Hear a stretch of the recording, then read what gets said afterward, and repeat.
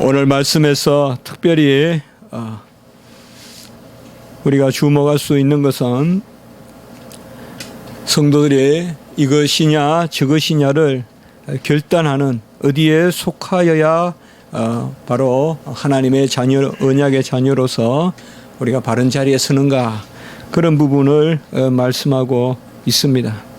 시편은 제1편에서 악인들의 꾀와 죄인들의 자리에, 또 오만한 자들의 자리에 빠지거나 서지 말라라고 경종을 울리면서 시편이 시작되고 있습니다. 악인들과 죄인들과 오만한 자들은 어떤 외해적인 그런 사람이라기보다 이 세상에 일상적으로 우리가 만날 수 있는 그러한 사람들의 꾀에 빠지지 말고 그 자리에 서지 않는 자가 복이 있다. 그래서 주야로 율법을 묵상하고 또 그 율법을 즐거워하는 그 자가 바로 복이 있다라고 이렇게 말하고 있습니다. 우리가 낮에 놀다가 아이들이 다 소꿉 친구들이 놀다가 이제 해그름에서, 요새야 뭐 그런 어떤 모습을 그리기가 참 만만치 않지만 그래도 요새 놀이터에 아이들 보면 놀다가 보면 이제 집에 돌아가잖아요. 사실상 우리가 놀 때는 다 흙에 또 손에 흙을 묻히고 이렇게 다 하나 같지만은 집에 돌아갈 때 이제 그 자리라는 게 인식이 되죠. 어느 곳에 소속, 어느 집에 속하고 어디에 살고.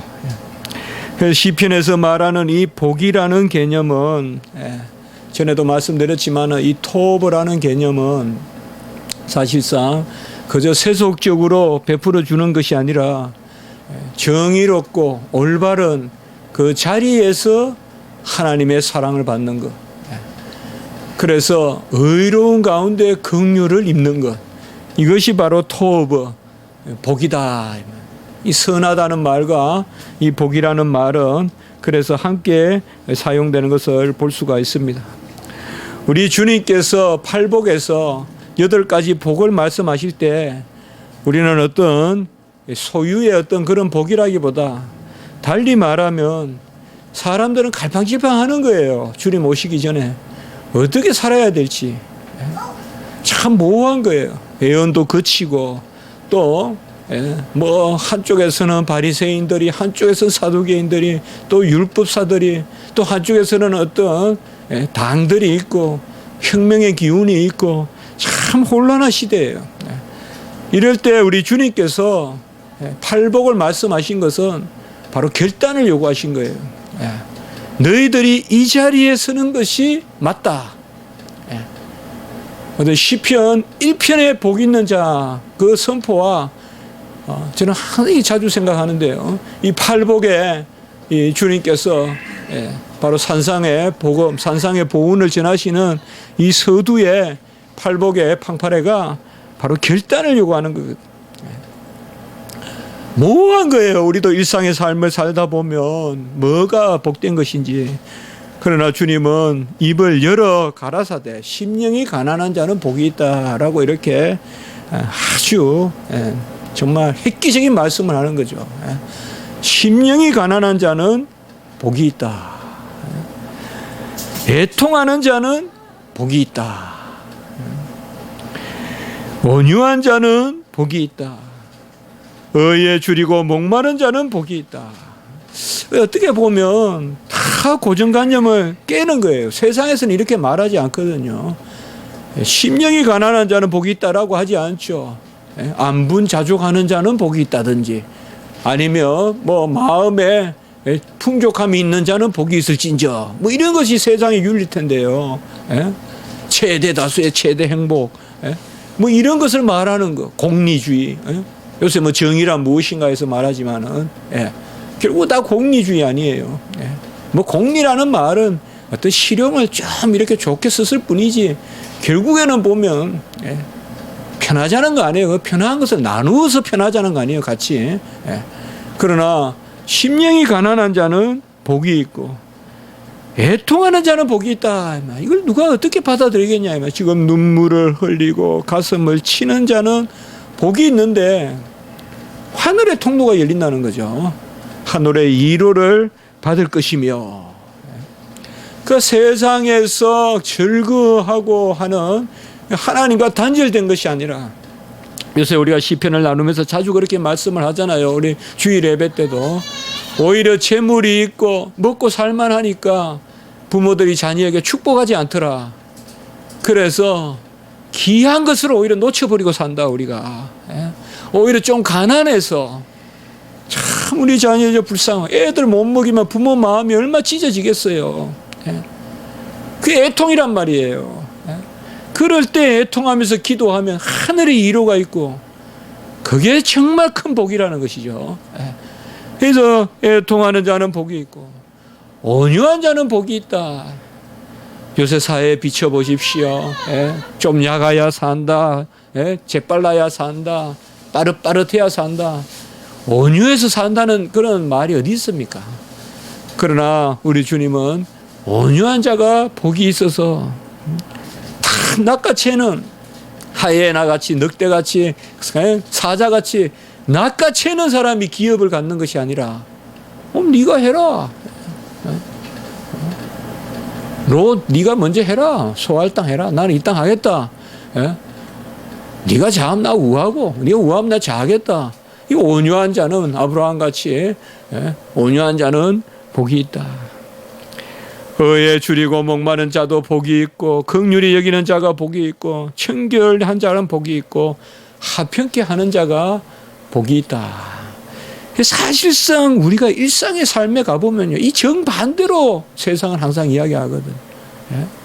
뭔가 그냥 당을 지어서 리드를 하는 자가 두각을 드러내고, 그리고 어떤 남에게 불쌍히 여긴다기보다 뭔가 그냥 요새 자상이 뭐예요? 뭐 저는 뭐 드라마 같은 거야 안 보지만 대부분 거의 남자들이 보면 뭐야? 다 음악하고 말이죠. 기업을 뭐 젊은 사람들이 운영하고, 그 다 주로 다 상속 받아서 하고, 그러면서 아주 그냥 냉연하리고 거기에 무슨 또 이제 또 자매가 하나 있어가지고 또 뭐 신데렐라 같이 나타나고 뭐 그런 것이 많잖아요. 그러니까 뭔가 남자는 다 막 그래 이제 탁탁탁 자르고 뭐 그런 이미지가 많잖아요. 오늘 특별히 말씀에서 우리가 생각할 것은 세 가지 복에 대해서 말씀을 하는데요. 오늘 보시면 우리가 22절에서부터 세 번 오늘 말씀에서 특별히 우리가 주목할 것이 이 에베드라는 그 종이라는 개념이 나오거든요. 그래서 아버드카해서 당신의 종, 주의 종이라 시편에서 주는 자주 당신이라 그랬잖아요. 22절 그리고 24절 그리고 25절에 보면 122절, 124절, 125절에 보면 주의 종이다라는 말이 이렇게 세 번 나오고 이 주의 종을 22절에 122절에 보면 보정하사 복을 얻게 하시고, 그래서 오늘 여기에서는 우리가 좀 이 말씀에서부터 조금 풀어보는 것이 어떤가 그렇게 생각을 해봅니다. 이 복이라는 것 아까도 말씀드렸지만은 바로 토브, 이 선하다는 뜻이거든요. 선하다. 이 선한 것이 어떻게 복이 되느냐. 전에부터 우리가 몇 차례 이 토브에 대해서 아주 중요한 말씀이다. 그러니까 토브라는 것은 바로 여호와의 말씀, 정의, 율례, 규례 그 가운데 하나님이 은총을 베풀어 주는 것이다. 달리 말하면 잘 먹고 사는데 여호와로부터 멀어지는 것은 토브가 아니다 이 말이에요. 막 풍족한데 여호와로부터 멀어지는 것은 그거는 선한 것이 아니고 복이 아니라는 것이죠. 어떻게 보면 좀 못 먹어도 질서 가운데 의 가운데 여호와께 좀 더 밀착하는 것, 그것이 바로 복이라는 것이죠. 아브라함에게 세 가지 약속을 했다면, 땅과 후손과 복의 근원이 되는 약속을 했다면 우리는 이 복을 세 가지로 한번 생각해 볼 수 있는 것 같아요. 먼저 땅을 생각해서는 우리가 서 있는 자리가 어딘가가 복돼야 된다는 것이요. 우리가 어디에 지금 서 있는가, 온전한 데 서 있는가, 곧 화산이 터질 그 정상의 산에 발을 디디고 있는 건 아닌가, 곧 분화가 되는, 그것도 모르고 지금 내가 높은 데 있는 줄 알고 있는 건 아닌가, 내가 서 있는 자리가 어떤가. 그 다음에 두 번째 복은 후손의 복인데, 이것은 사람의 복인데, 이걸 우리가 달리 생각하면 나는 누구인가. 우리가 땅의 복을 생각할 때는 내가 서 있는 곳이 어딘가, 내가 하는 일이 뭔가, 내가 특별히 어디에 속하여 있는가, 어디에 속하여 있는가 이 말이에요. 두 번째는 나는 누구인가, 나는 누구인가. 그리고 세 번째는 바로 복의 근원이 되는 것은 우리가 무엇으로 사는가. 오늘 이 세 가지 중에 특별히 금방 말씀을 드려주신 나는 누구인가, 이것으로부터 문제가 풀려가는데, 나는 누구이냐, 주의 종이다, 당신의 종이다. 이것을 세 번 그렇게 이야기했습니다. 난 당신의 종이다. 종이라는 말을 오늘날 우리가 쓸 때는 상당히 문자적으로 쓰면 상당히 비굴하고 비천한 단어고, 아니면 은유적으로 쓰는데, 실제적으로 이 종이라는 게 뭐냐, 구약시대 때 종이라는 것은 다른 것이 아닙니다. 첫째로는 소유 개념이고, 두 번째는 그 종의 모든 삶의 가치가 주인을 향하여 있는 것입니다. 그게 종입니다. 그러니까 종은 뛰어도 가마를 안고 뛰듯이 주인을 옮기기 위해서 뛰는 거예요. 그게 종이에요. 종은 내가 뛰는 게 아니에요. 내가 뛰면 주인을 옮겨주는 거예요. 그러니까 모든 내 삶의 가치가 주인을 향하여 있는 거예요.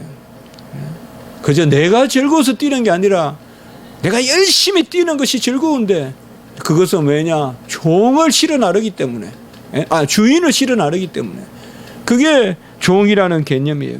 그리고 종이라는 개념에서 중요한 것이 바로 오늘 122절에 세 번째는 제가 말씀했어요. 첫 번째는 종은 소유다, 이 말, 내 것이다 이 말이에요. 종은 종의 것이 아니라는 거예요. 두 번째는 종은 모든 삶이 주인을 향한 것이 되고, 주인을 위한 것이 내 삶의 가치관이 되는 거예요. 이게 종이에요. 그래서 옛날에는 순장이니 이렇게 많이 하잖아요.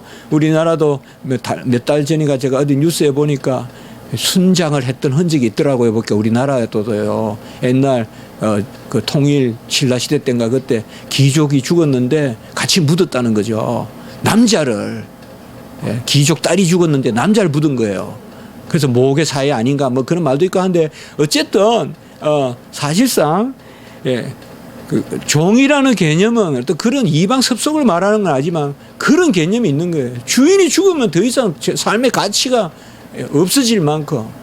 그리고 종에 있어서 중요한 것은 바로 이 오늘 22절에 나오는 보증이다라는 단어입니다. 우리는 이 보증이라는 단어를 보면 금방 그 말씀을 떠올릴 것입니다.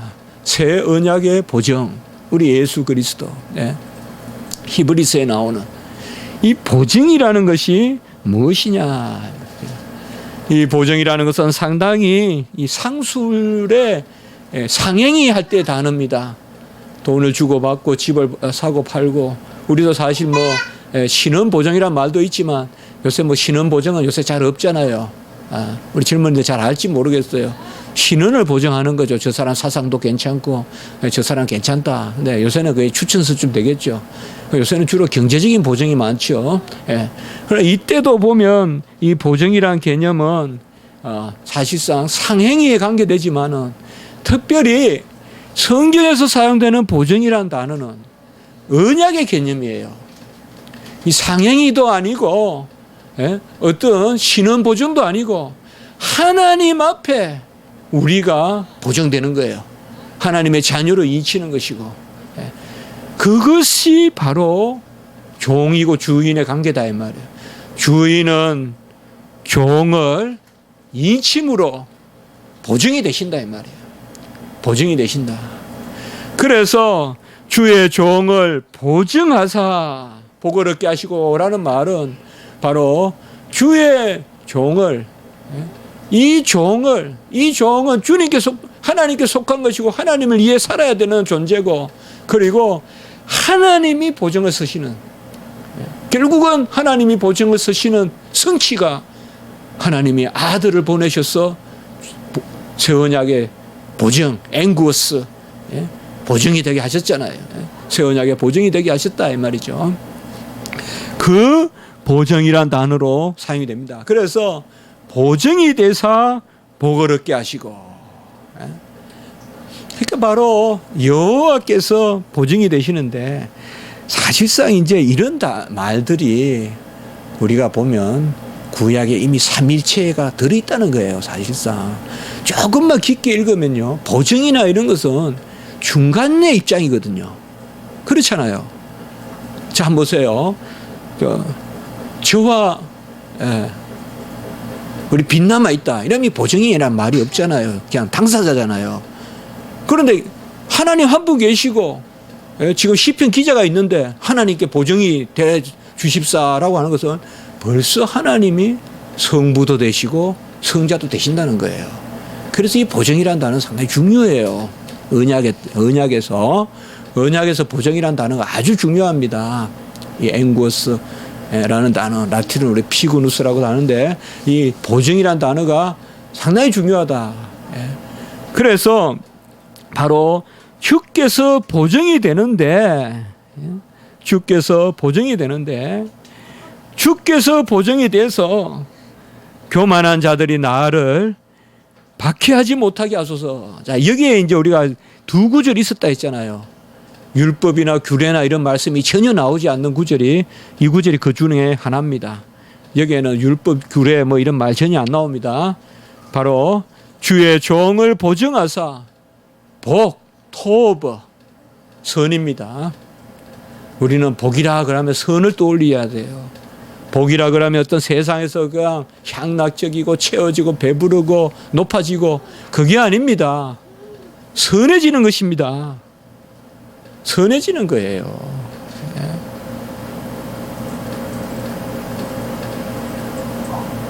참 요새 꽃도 아름답고 정말 선한 거예요. 선한 거.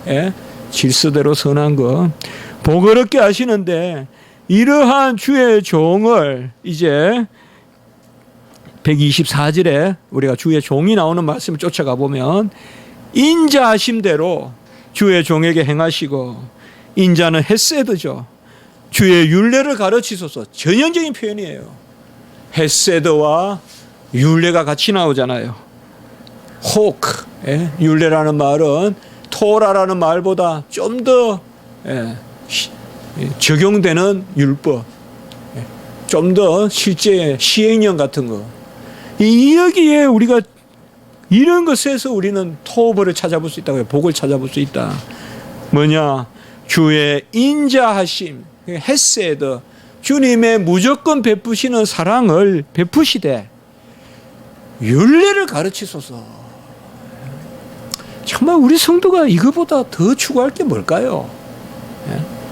옛날에 저 제자 백가는 무슨 간이 찾아다니는데, 우리는 주님을 이 세상에서 살면서 이거 아니겠어요? 주의 율례를 가르쳐서 복을 주셔서 인자를 베푸셔서 종이 좀 이 하나님 성품을 닮아가는, 그 좀 올라가는, 하나님 앞에서 이 자질이 올라간다기보다 하나님이 기뻐하시는 존재로, 뭐 이것은 정말 다 팔아서 나서야 될 일 아니겠어 우리가요? 소유를 다 팔아서라도 이 일 해야 안 되겠어요? 소유를 다 팔아서라도 주의 말씀으로 내가 선해지고, 내가 주의 율례 규례로 주님께 가까이 가는, 이거 외에 뭐가 있겠어요? 사실 배움도 이것을 위해서 존재해야 되고, 명예도 이것을 위해서 존재해야지. 다른 것은 다 뜬구름 잡는 것이요. 예? 추구하지 말 것은 아니로되 그게 궁극적인 목적은 아니라는 거죠. 인생의 궁극적 목적은 그거 아니라는 거죠. 예?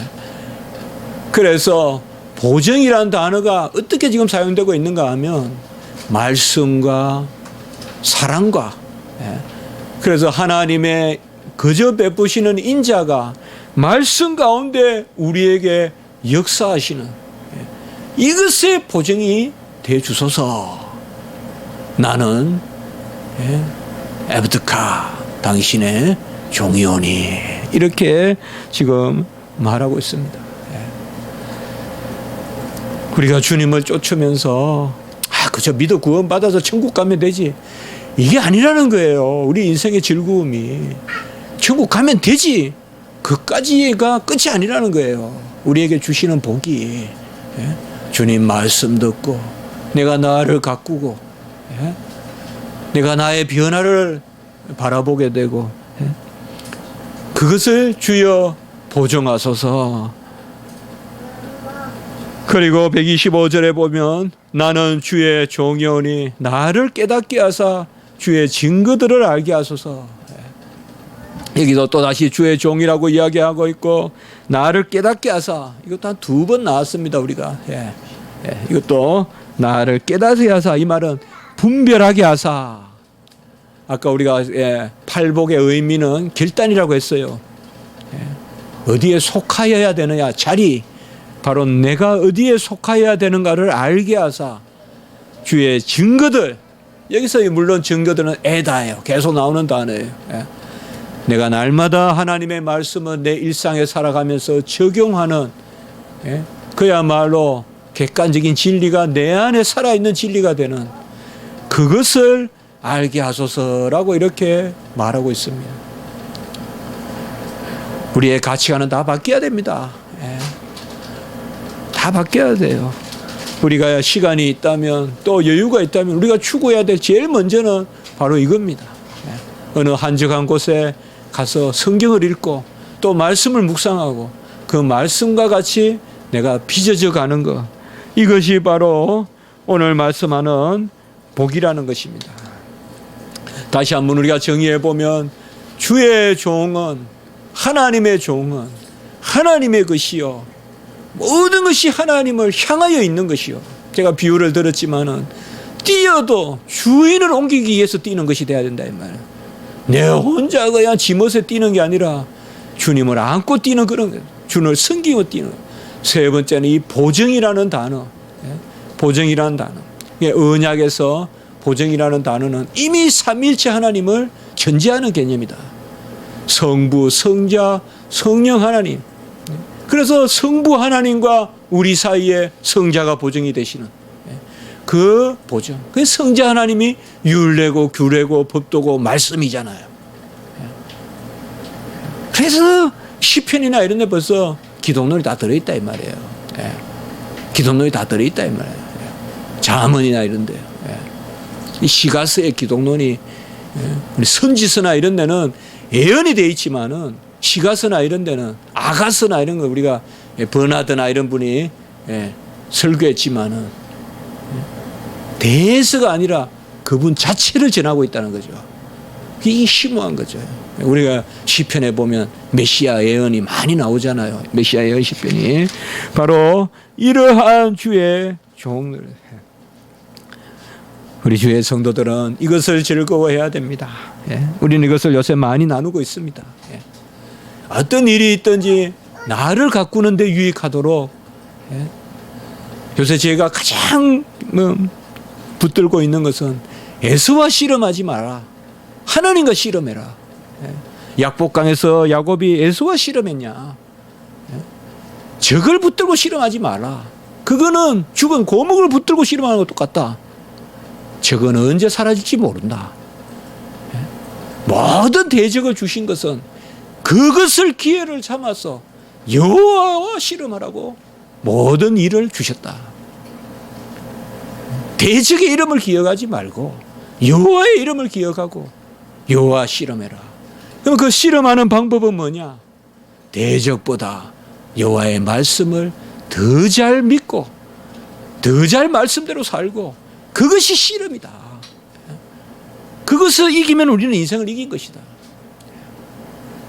이런 말씀을 우리가 새길 때는 힘이 난단 말이에요. 내 인생에 즐거움이 생기고요. 아니 무슨 사람이 있고 내가 앞으로 어떻게 될까, 어떤 사람이 이렇게 하면 나는 어떻게 될까, 이러면이 뭐 삶의 재미도 없고 내 삶이 불완전하고 말이에요.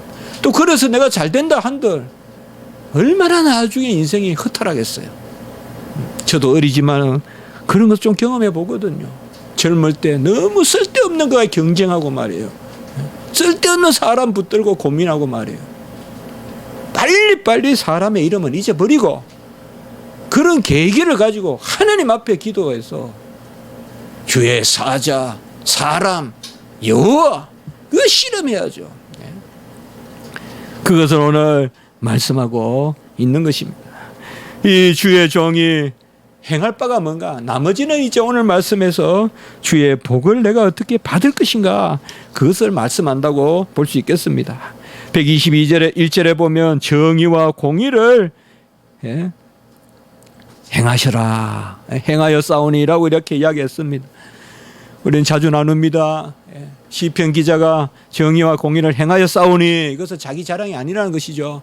시편의 고유한 어투라는 거죠. 이것은 로마서에서 나오는 말이 아니라는 거예요. 바로 공로를 내세우는 것이 아니라 내가 주님의 은혜로 자녀로 주의 정의와 공의를 행하여 싸우니, 나를 박해하는 자들에게 넘기지 마소서. 이 박해라는 것은 말씀, 그래서 말씀을 분별해서 결단하게 하소서. 절대 아닌 자리는 가면 안 된다. 자리를 잘 소할 땅에 가가지고 다 망한다 이 말이죠. 하나님이 지시하신 땅에 서 있어야 돼요. 박토 같아도 그곳에 물이 나오는 곳이 되지. 소할 땅에 지금 가보세요. 바위밖에 돼 있는지. 그쪽이 그때는 기름졌지만은 하나님은 이미 다 바라보시고, 가나안은 박토 같지만은 이삭이 가는 곳마다 물이 나왔다는 말이에요. 그 땅은 물이 안 나올 것 같다면은 가는 곳마다 물이 나왔다는 것이죠. 교만한 자들이 나를 박해하지 못하게 하라라고 우리 아까 22절 후반부에 봤고요. 그리고 내 눈이 123절에 보면 주의 구원과 의로운 말씀을 사모하기에 피곤하나이다 라고 이렇게 말씀하고 있습니다. 여기 구원이란 말은 예수와라는 단어입니다. 그러니까 여호수아, 학자는 예수라는 이름과 연결시키기도 합니다.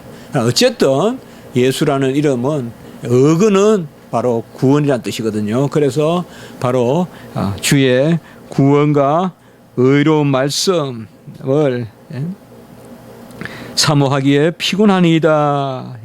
특별히 127절에 보면 검 곧 순검보다 내가 주의 계명들을 더 사랑한다라고 이렇게 이야기하고 있습니다.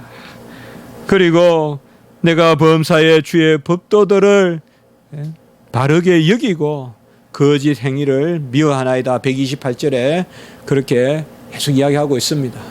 자기 자랑이 아니라고 말씀을 했습니다. 그냥 내가 오늘 아버지 청소했어요. 내가 오늘 점심 때 내가 정리했어요. 뭐 그런 고백이에요. 하나님 앞에 내가 무슨 자질이 있다 그러기보다. 그리고 나는 연약하니 하나님 어떻게 하소서.